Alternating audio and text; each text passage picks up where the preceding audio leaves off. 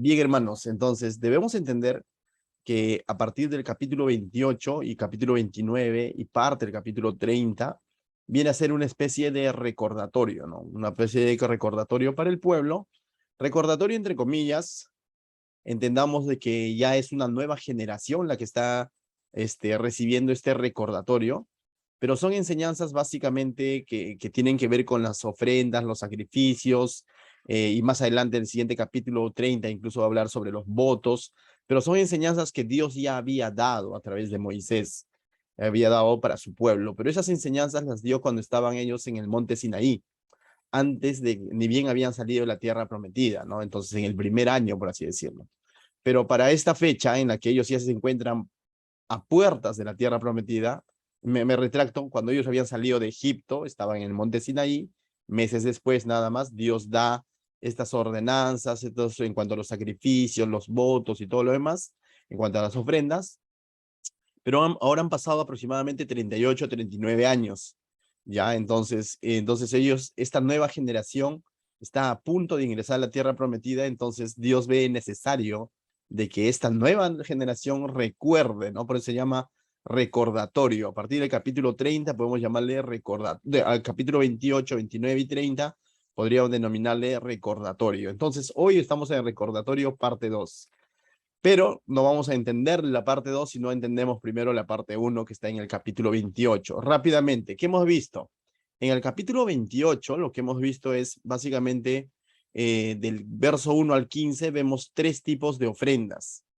Las ofrendas diarias que debían de presentar, dice en la mañana y en la tarde, esa ofrenda continua de todos los días.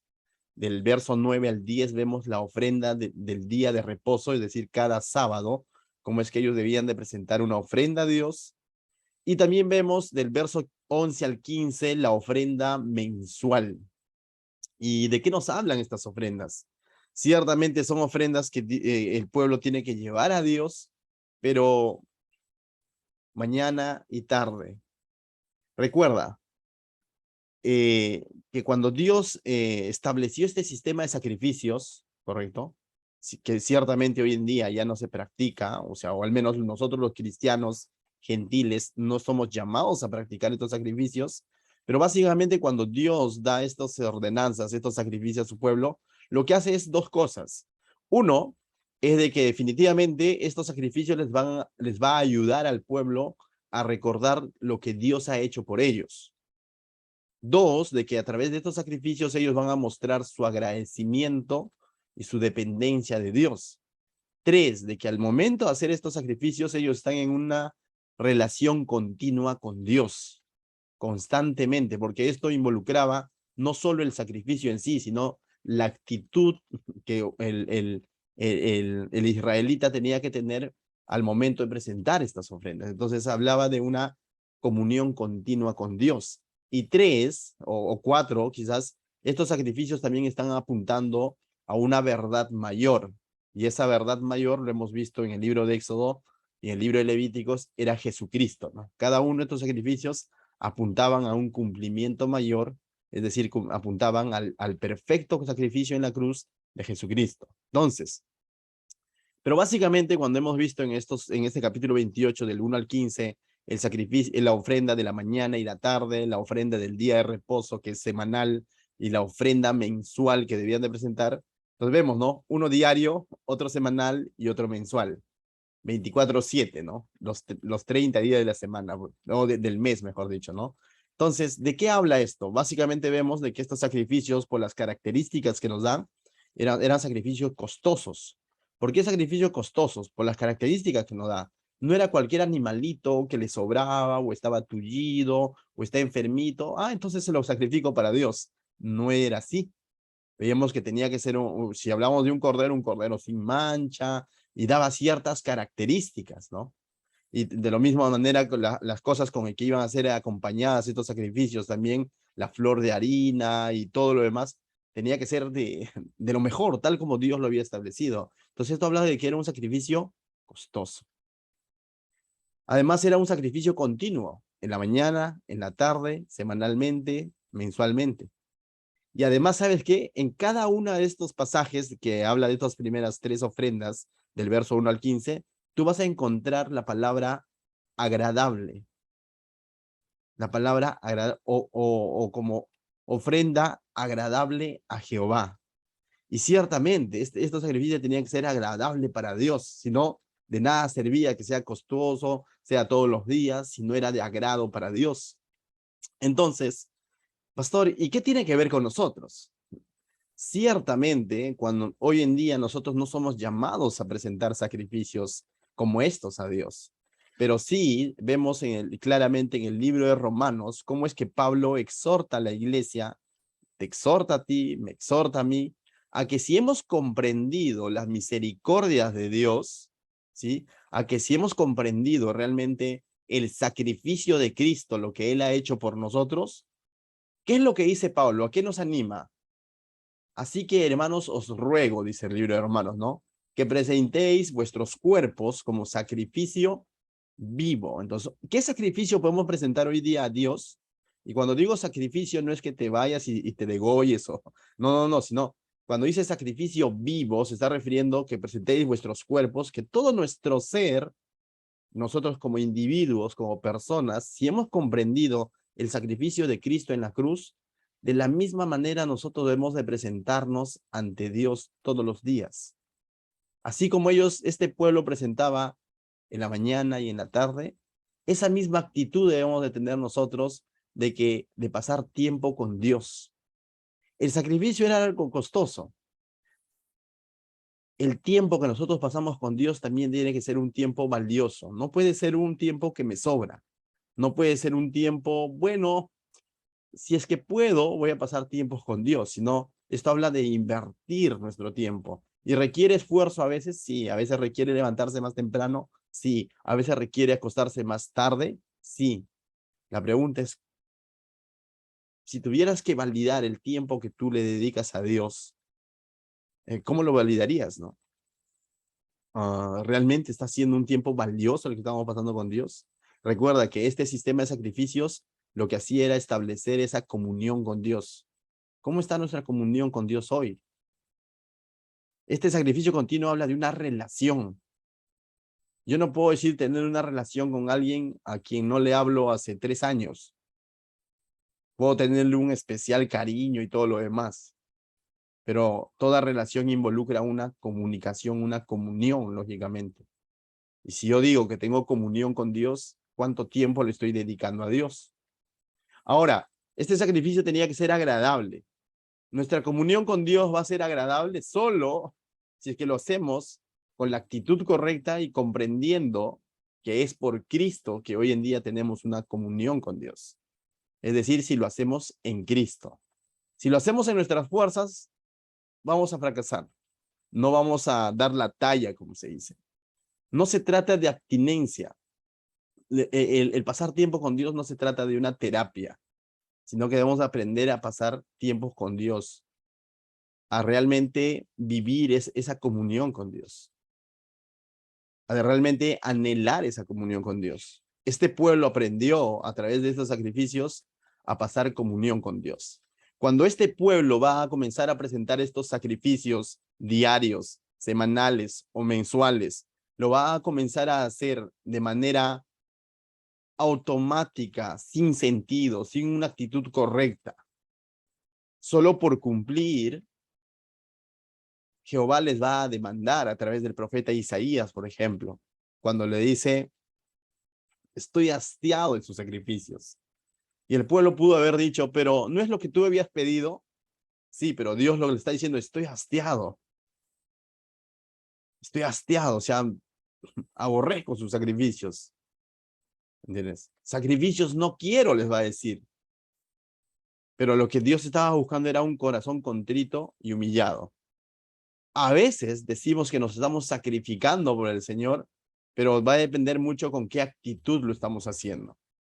Hay muchas razones por las cuales nos podemos acercar a Dios en comunión o en aparente comunión. Uno, por interesados.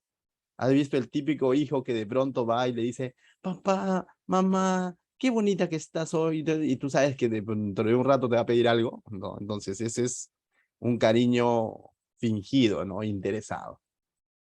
O nos podemos acercar a Dios por miedo al castigo, porque así de pronto se nos ha enseñado que si tú no oras a Dios te va a castigar, y por miedo al castigo te puedes acercar a Dios. Eso no habla de una comunión genuina con Dios. Y créeme, Dios dice que pesa los corazones, y nosotros si entendemos que Dios pesa los corazones, entonces debemos entender y debemos ser sinceros con Dios cuando nos acercamos a Dios y por qué nos acercamos a Dios.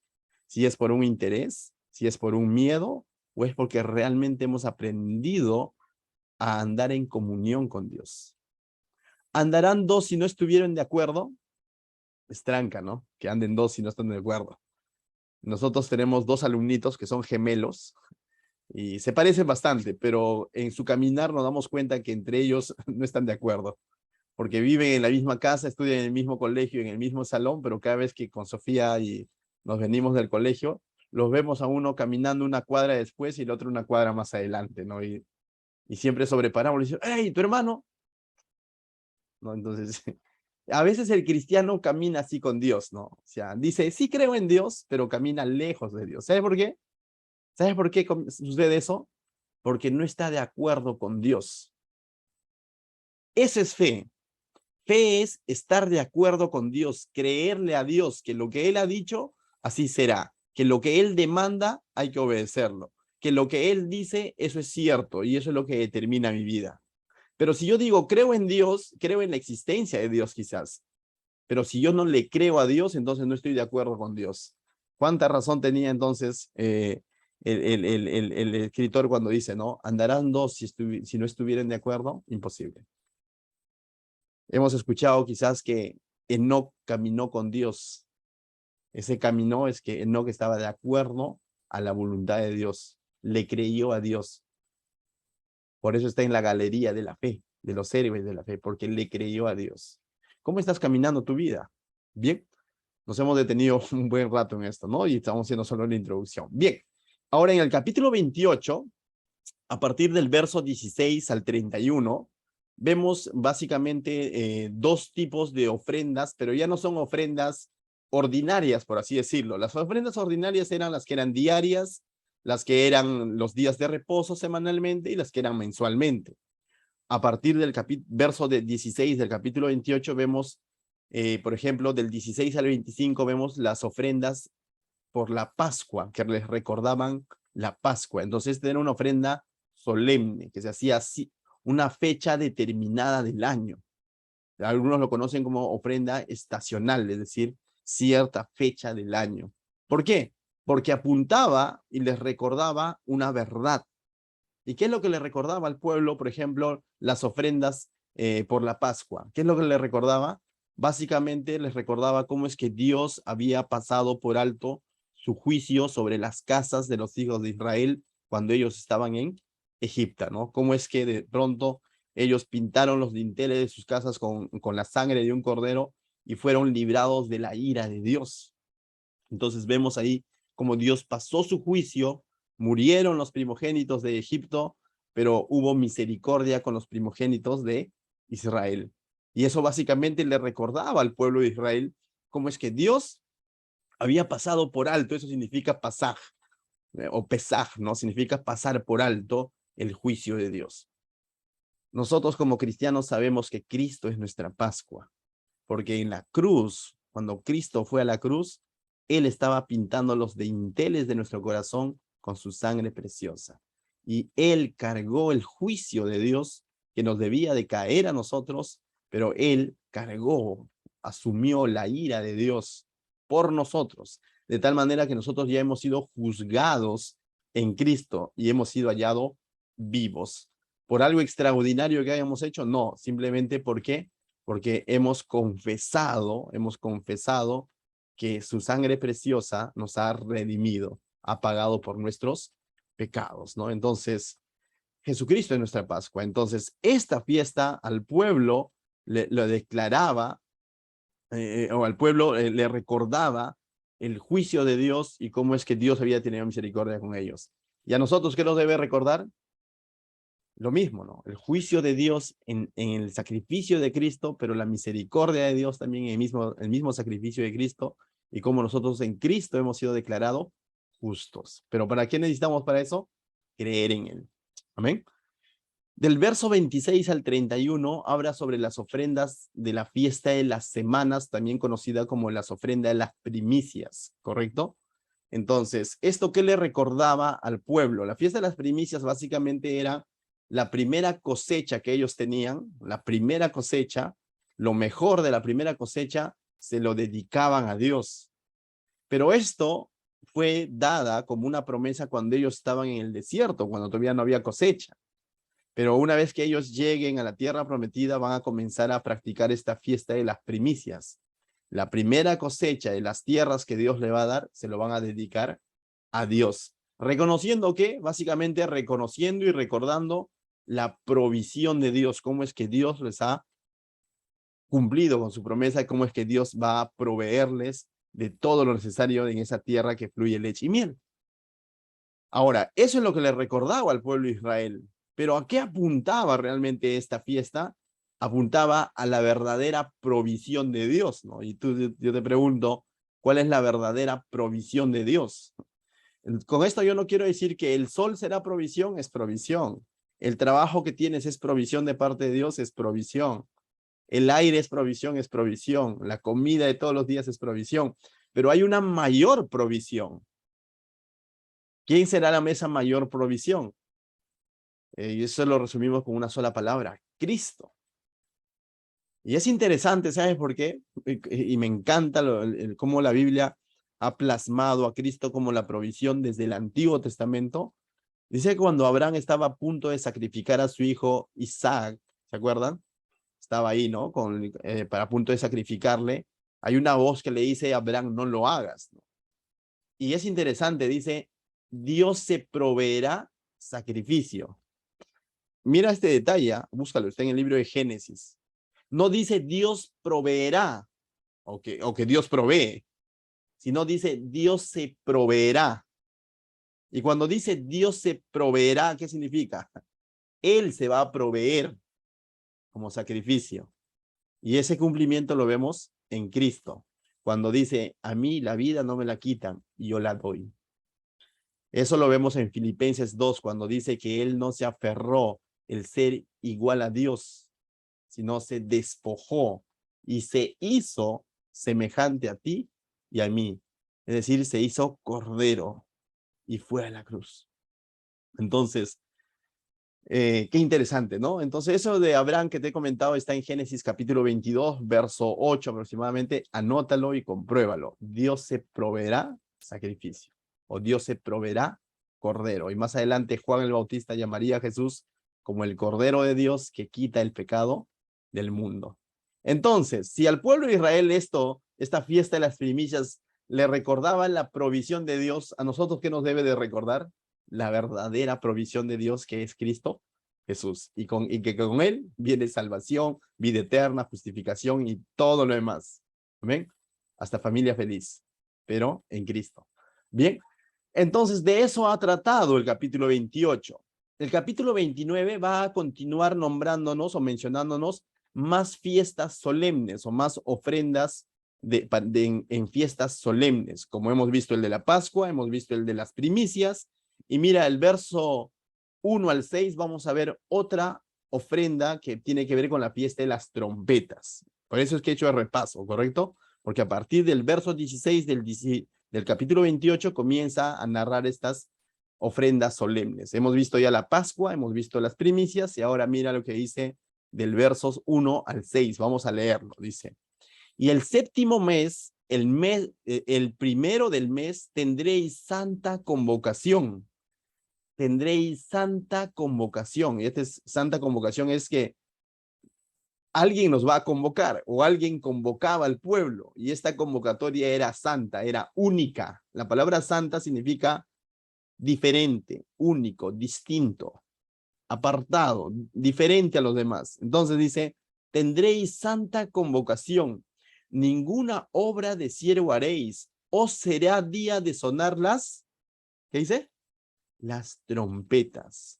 ¿De qué manera hacían esta convocatoria, esta santa convocación con el sonar de las trompetas. Dice, verso 2, y ofreceréis holocaustos en olor grato a Jehová, un becerro de la vacada, un carnero, 7 corderos de un año, sin defecto. Dice, y la ofrenda de ellos de flor de harina amasada con aceite, 3 décimas de efa con cada becerro, 2 décimas con cada carnero, y con cada uno de las 7, dice, de los 7 corderos, 1 décima, un macho cabrío, y por expiación, dice, para reconciliaros, además de holocaustos del mes y su ofrenda, y el holocausto continuo y su ofrenda, y sus libaciones conforme a su ley, como ofrenda encendida a Jehová en olor grato. Entonces, esto se iba a hacer cada cuánto, cada vez sonar de las trompetas, cada que llegaba una fecha determinada, dice el séptimo mes, el primero del mes, el primer día del séptimo mes, se celebraba lo que más adelante se conocería como la fiesta de las trompetas, ¿correcto? Entonces, y si quieres saber más detalles sobre la fiesta de las trompetas y cada uno de los sacrificios, anda, ve al YouTube, busca los estudios que hemos hecho en Éxodo, en Levíticos, y ahí vas a recordar todo eso, ¿no? Pero ahora estamos viéndolo como un recordatorio. Ahora, este día marcaba el inicio de la fiesta de los tabernáculos que viene más adelante, pero se iniciaba de esta manera, con una santa convocación a través del sonar de las trompetas. Y este sonar de las trompetas era como cuando ya ellos estén en la tierra prometida, era como una señal de la realeza, ¿no? Como que se está llamando a una celebración. Ellos, al escuchar este sonar de las trompetas, reconocían que Dios era su rey y que era tiempo de reunirse. Todo el pueblo acudía a esta santa convocación. Todo aquel que entendía que es pueblo de Jehová, entendía reconocía y se acercaba a celebrar y a dar inicio a esta fiesta que más adelante se le va a conocer como de los tabernáculos y otras fiestas más, ¿no? Entonces, todos participaban y con ese participar, ellos reconocían que Dios era su rey, que el rey los está llamando. Es interesante. ¿A qué nos recuerda eso a nosotros como cristianos? Nosotros como cristianos muchas veces quizás lo has dicho y lo has visto quizás en ciertos eslogans que son bíblicos, donde dice Jesús es el rey de reyes. Y tú sabes que el libro de Tesalonicenses dice que cuando el Señor convoque a su pueblo, cuando haga esa santa convocación, va a ser al sonar la trompeta. Y sonarán las trompetas ¿y sabes qué? Y el pueblo se irá con él. La pregunta es, no, pero es su pueblo el que se va a ir, los que lo han reconocido como el Señor de su vida. No aquel que decía, yo también creo por ahí. Se irá y escuchará este sonar de la trompeta y se irá con el Señor. Todo aquel que realmente ha creído en Jesús como su Señor y Salvador. O como lo dice Pablo, ¿no? Los que estén muertos en Cristo primero y los que estemos vivos en Cristo, nos iremos cuando Él nos convoque. Y nos iremos en las nubes, ¿no? A eso se le conoce como el rapto, ¿no? Y esto no es una invención del Nuevo Testamento, ¿no? O sea, de que Jesús es rey. Es más, desde el Antiguo Testamento hay diversas profecías que muestran a Jesús como el rey. Es por eso que a modo de burla luego le dijeron Jesús es rey de los judíos, ¿no? ¿Te das cuenta? El Mesías, que significa el ungido, ¿no? Y vemos que las profecías apuntan a 2 aspectos del Mesías, básicamente, las profecías mesiánicas. Un aspecto que va a marcar al Mesías como el siervo sufriente, y otro aspecto de las profecías que marca al Mesías como el que iba a gobernar. Entonces, el pueblo judío no entendió muy bien esto, ¿no? Porque cuando Jesús viene en su primera venida, no viene como el rey necesariamente, ¿no? Porque justamente ellos esperaban un liderazgo político que los libre de Roma y todo lo demás, ¿no? El libertador, y aunque Jesús es el libertador, pero vino justamente a cumplir ese aspecto de la profecía mesiánica de siervo sufriente. Y eso lo vemos claramente en su ministerio, ¿no? Cuando él va a la cruz, cómo es que Juan mismo reconoce y todo lo demás, ¿no? Y como Isaías 53, cómo se cumple cuando dice que él va como cordero a la cruz, ¿no? Y que no abrió su boca, ¿no? Entonces, pero, y tú dices, y entonces estafa, ¿no? El Jesús no vino y no reinó, no, pero ¿qué nos dice justamente las mismas profecías mesiánicas y el mismo libro Apocalipsis, que dentro de poco vamos a estudiar en el Instituto Bíblico, nos van a mostrar cuando Jesús venga por segunda vez, ya no viene como ese siervo sufriente a morir a una cruz, él viene como el rey de reyes. El libro de Isaías 9, verso 7, es una profecía en torno a Jesús, al Mesías, dice lo siguiente, mira.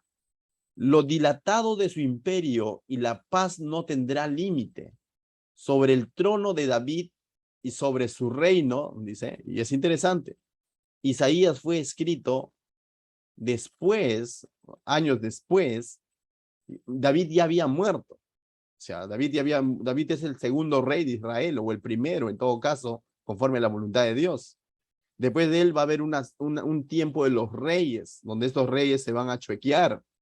Y de pronto Dios va a levantar a los profetas, y uno de los profetas que levante es Isaías, de tal manera que cuando Isaías escribe esta profecía, ya habían pasado cientos de años en relación a David.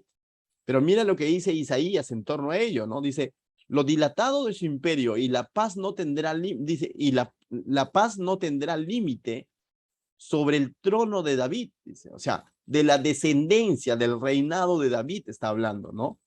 Que uno de que va a ser lo dilatado de su imperio va a ser de tal manera, no va a ser reducido, sino va a ser amplio imperio. La paz no tendrá límite, realmente traerá paz este reinado. Sobre el trono de David vendrá de la descendencia de David y sobre su reino, dice, disponiéndolo y confirmándolo en juicio y en justicia desde ahora y para siempre. Mira, dice, el celo de Jehová de los ejércitos hará esto. Todo esto va a tener un cumplimiento cuando Jesús venga. Ciertamente eres nuestro rey de reyes. La pregunta es, ¿escucharás tú el sonar de su trompeta, su santa convocación? Hoy ha enviado a sus siervos, hoy ha dejado a su iglesia a decir, ven, cree en mí y aunque estés muerto, vivirás. Ven, cree en mí y hazme el rey de tu vida. La pregunta es, en fe y en esperanza, ¿tú consideras a Jesús como el Señor de tu vida o simplemente como tu salvavida? Hay una gran diferencia. Si lo has considerado como el Señor de tu vida, recuerda, va a llegar un momento en el que acudiremos a su santa convocación, estemos vivos o estemos muertos. Amén. Y esa es nuestra esperanza. Y esta fiesta nos recuerda a nosotros los cristianos de que así como había una santa convocación para el pueblo y ellos reconocían a Jehová como su rey, nosotros también vamos a ver un momento en el que nos reuniremos con nuestro rey en esa santa convocación. Amén. Versos 7 al 11 va a hablar sobre las ofrendas en el día de la expiación, ¿sí? Del verso 7 al 11. Vamos a leerlo primero, dice. En el día, dice, en el 10 de este mes séptimo tendréis santa convocación y afligiréis vuestras almas. Ninguna obra haréis y ofreceréis en holocausto a Jehová en olor grato un becerro de la vacada, un carnero y 7 corderos de un año. Serán sin defecto y sus ofrendas, dice, flor de harina amasada con aceite, 3 décimas de efa con cada becerro, 2 décimas con cada carnero, y con cada uno de los 7 corderos 1 décima, y un macho cabrío por expiación, además de la ofrenda de las expiaciones por el pecado, y del holocausto continuo y sus ofrendas y sus libaciones. A todo esto, hoy en día se le conoce como el Yom Kippur. El Yom Kippur significa el día de la expiación. Yom en hebreo viene a ser día, Kippur, expiación. A esta fiesta, del cual está haciendo referencia del verso 7 al 11, entonces se le conoce como el Yom Kippur. Básicamente, ¿qué es lo que recordaban ellos? Mira cómo comienza. En el 10 de este mes séptimo tendréis santa convocación y afligiréis vuestras almas. Este afligiréis vuestras almas no es otra cosa más que vendrán con actitud de arrepentimiento. ¿Por qué? Arrepentimiento y reconocimiento de qué? De que eran pecadores. Y justamente ese es una de las actitudes, de los aspectos de esta fiesta, si se podría decir, o de cómo es que ellos debían de llevar estas ofrendas, con una actitud de identificarte con tu pecado. De tal manera que ya lo hemos visto en el libro de Levítico, en el libro de Éxodo, que cuando ellos celebraban o presentaban estas ofrendas por la expiación, había una figura, por así decirlo, ¿no? Una acción de reconocimiento donde se colocaba la mano sobre la cabeza del animal que iba a ser sacrificado, y esto hablaba dos cosas, ¿no? Uno como reconocimiento, diciendo, este animalito está muriendo por mí, a causa de mi pecado, ¿me entender? Y era como una transferencia, por así decirlo, ¿no? De que él se está llevando mis pecados, por así decirlo, entre comillas, ¿no? Pero eso tenía que hacerlo con un corazón afligido, ¿no? No como diciendo, ya, él va a morir, ¿no? No era un acto como que, ahí está mi animalito y ya cumplí, no, no, no. Tenía que haber una actitud de decir, soy pecador y necesito que este animalito muera para expiación de mis pecados. ¿Cómo vemos hoy en día la cruz de Cristo nosotros? Ciertamente la Biblia dice que Cristo es nuestra expiación, Él es nuestra propiciación. Pero ¿cómo vemos a Jesús?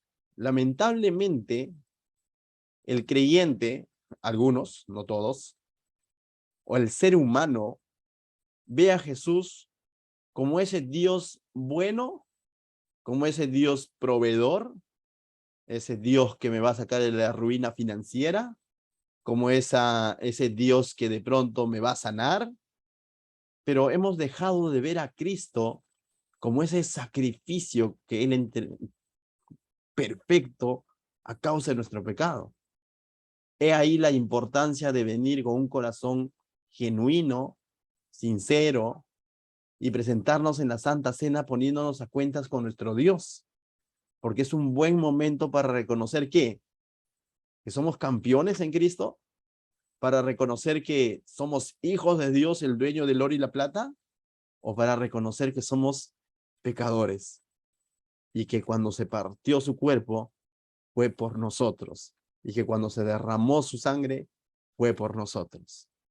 El libro de Juan, o primera de Juan, capítulo 4, verso 10 dice, en esto consiste el amor, no en que nosotros hayamos amado a Dios, sino que en que Él nos amó a nosotros y envió a su Hijo en propiciación por nuestros pecados. Cristiano, nunca olvides que Cristo, antes que ser ese hombre bueno, o ese sanador, o es aquel que va a proveer para tu barca, es el que pagó por tus pecados. Es el que se entregó como propiciación por nuestros pecados. Y no porque nosotros lo amamos primero, sino porque Él nos amó. Y ahora nosotros vamos a poder tener una respuesta de amor cuando comprendemos su amor. Pero si no hemos comprendido su amor, si limitamos su amor a la provisión, a la sanación, a la liberación o cosas como esas, estamos perdidos. Su amor se plasmó cuando Él entregó su vida por ti y por mí. Amén. Entonces, estas ofrendas de expiación a ellos les recordaban que eran pecadores, pero a nosotros, Cristo es nuestra expiación. Y nos recuerda que somos pecadores, pero al mismo tiempo nos recuerda que nuestros pecados han sido perdonados en la cruz. Amén. Verso 12 al 39 viene uno de los pasajes más largos que vamos a leerlo de corrido, pero básicamente habla sobre las ofrendas en la fiesta de los tabernáculos, ¿sí? Y nuevamente en estas ofrendas también vamos a ver a Cristo. Bien, lo leemos entonces del verso 12 al 39, ¿ya? Una maratónica. Dice, también a los 15 días del mes séptimo tendréis santa convocación. Ninguna obra de siervo haréis, y celebraréis fiesta solemne a Jehová por 7 días. Y ofreceréis, dice, en holocausto, en ofrenda encendida a Jehová, en el olor grato, 13 becerros de la vacada, 2 carneros, 14 corderos, tanto, dice alguien por ahí, de un año, han de ser sin defecto. Mira, eran numerosos y sin defecto. Dice, Y a las ofrendas de ellos de flor de harina amasada con aceite, 3 décimas de efa con cada uno de los 13 becerros, 2 décimas con cada uno de los 14 carneros, y con cada uno de los 14 corderos 1 décima, y un macho cabrío por expiación, además del holocausto continuo, su ofrenda y su libación. Ese es el primer día. Segundo día, te vas a cansar quizás. Mira, el segundo día dice: 12 becerros de la vacada, 2 carneros, 14 corderos de 1 año sin defecto, y sus ofrendas y sus libaciones con los becerros, con los carneros y con los corderos, según el número de ellos, conforme a la ley, y un macho cabrío por expiación, además de holocausto continuo y su ofrenda y su libación. Eso fue el segundo día. Tercer día, 20. El día tercero, 11 becerros, 2 carneros, 14 corderos de 1 año, sin defecto, y sus ofrendas y sus libaciones con los becerros, con los carneros y con los corderos, según el número de ellos, conforme a la ley, y un macho cabrío por expiación, además de holocausto continuo y su ofrenda y su libación. 23. El cuarto día, 10 becerros, va bajando, ¿no? ¿Te has dado cuenta? Va bajando. Era 11, ahora es 10. 2 carneros, 14 corderos de 1 año, sin defecto, sus ofrendas y sus libaciones, con los becerros y con los carneros y con los corderos, según el número de ellos, conforme a la ley, y un macho cabrío como expiación, además del holocausto continuo, su ofrenda y su libación. Quinto día. El quinto día, 9 becerros, 2 carneros, 14 corderos de 1 año, sin defecto, y sus ofrendas y sus libaciones, con los becerros, con los carneros y con los corderos, según el número de ellos, conforme a la ley, y un macho cabrío por expiación, además del holocausto continuo, su ofrenda y su libación. 29. El sexto día, 8 becerros, 2 carneros, 14 corderos de 1 año, sin defecto, y sus ofrendas y sus libaciones con los becerros, con los carneros y con los corderos, según el número de ellos, conforme a la ley, y un macho cabrío por expiación, además del holocausto continuo, su ofrenda y su libación.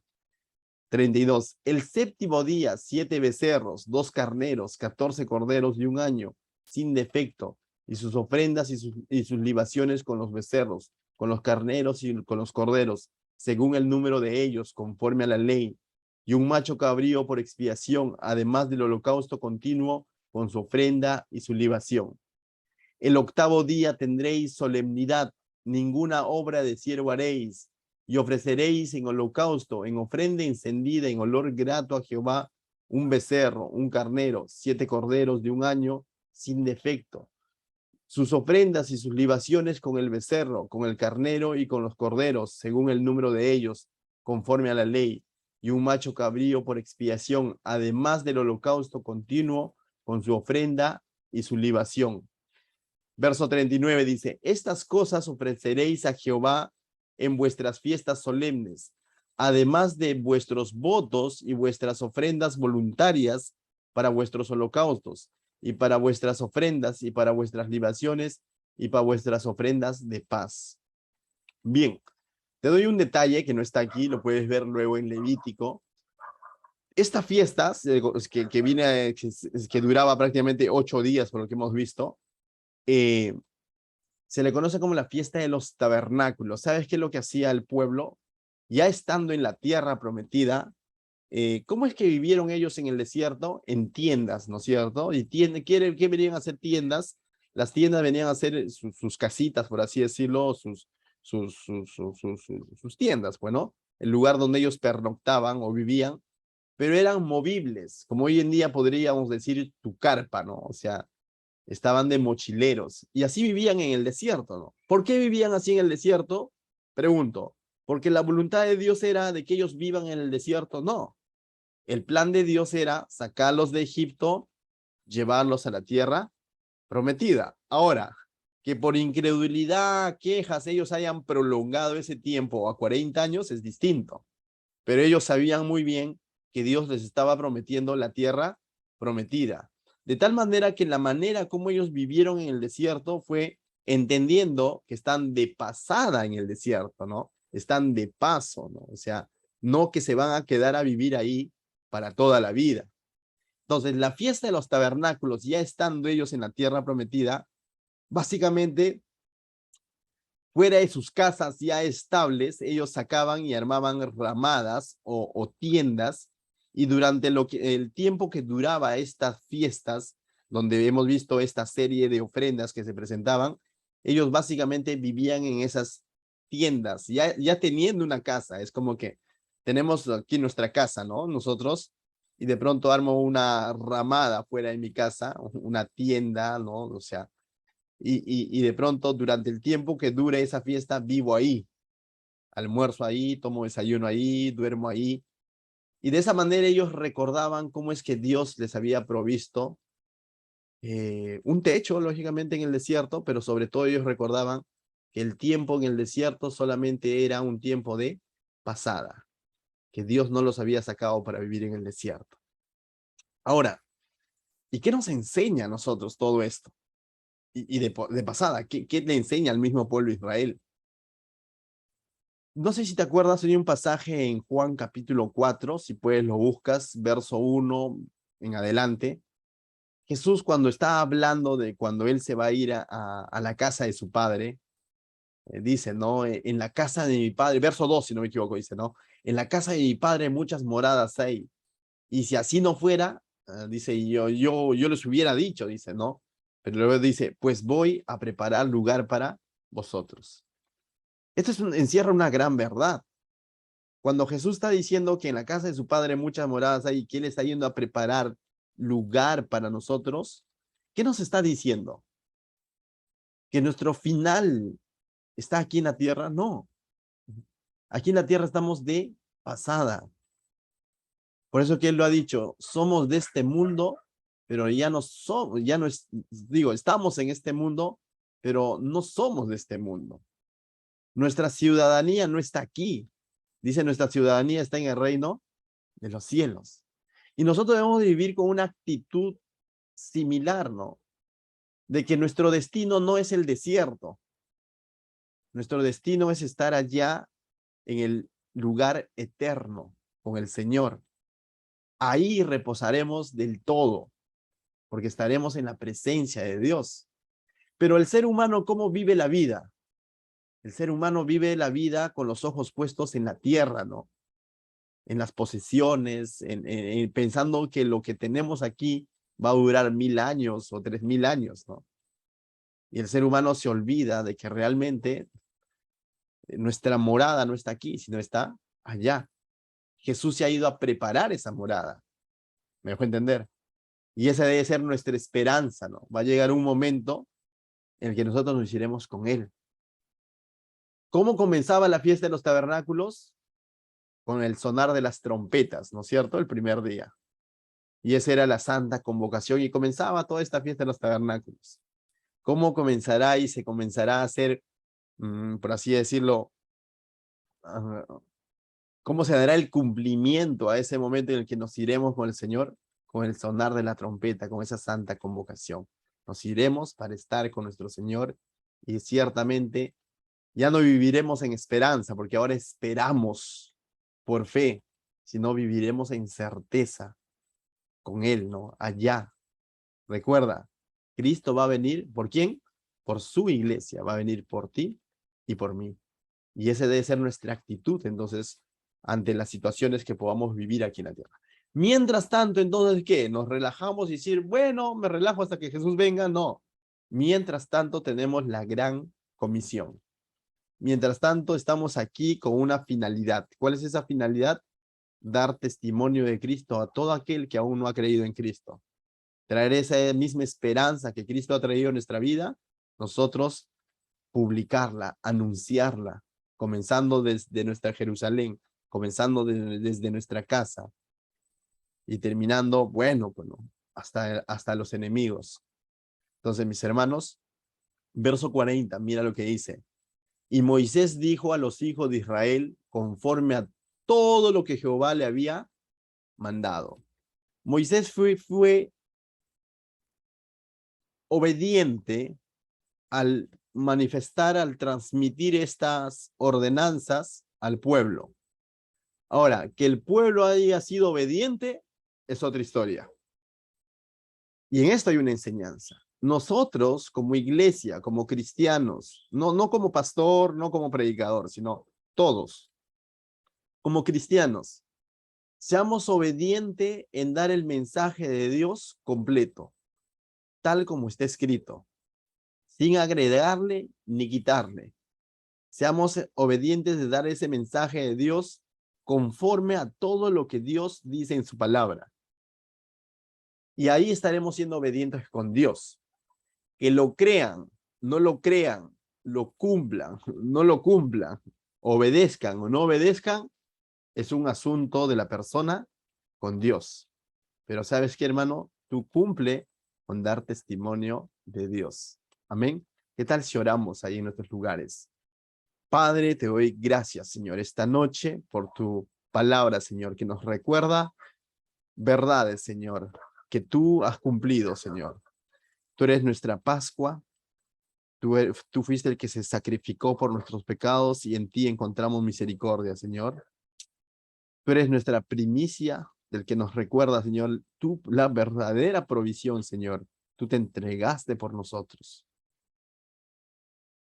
Tú vendrás, Señor, al sonar la trompeta, Señor, a llevar tu iglesia, Señor, a llevarnos a cada uno de nosotros, Señor. Tú eres nuestra expiación y tú nos has prometido morada allá en los cielos, Señor, morada allá en la casa de tu Padre, Señor.